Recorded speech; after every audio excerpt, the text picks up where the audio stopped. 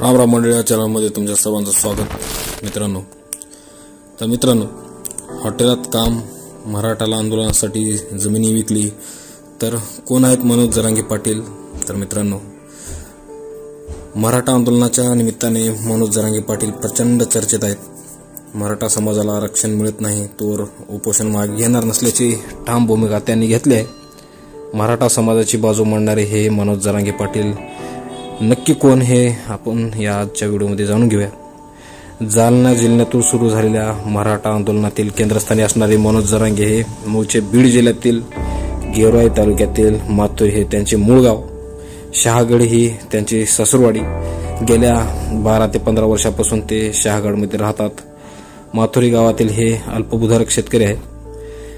तसेच मराठा आंदोलने सुरू झाली तेव्हापासून छोट्या मोठ्या आंदोलनात सहभागी होणारे, प्रसंगी पुढारपण करत आले तर एखादे भाषण करणाऱ्या जरांगे यांच्या मागे मोठे पाठबळ उभे राहील अशी शक्यता अंतरवालीच्या आंदोलनापूर्वी नव्हती.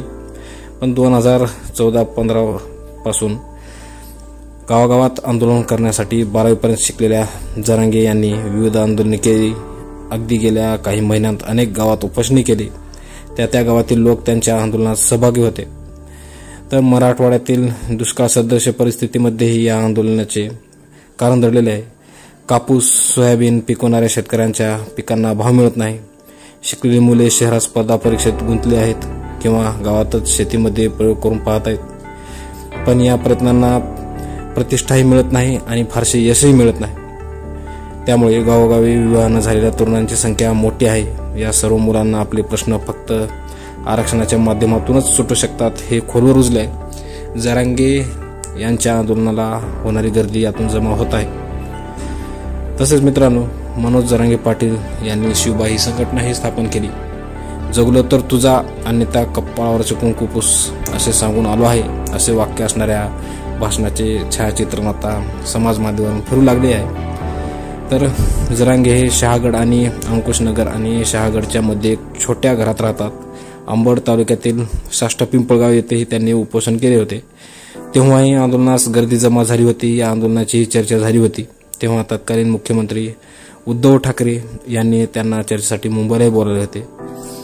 तसेच जरांगे पाटील यांना पत्नी, 4 मुलं, 3 भाऊ, आई वडील असा परिवार आहे. ते पूर्ण वेळ मराठा समाजाच्या प्रश्नासाठी काम करतात.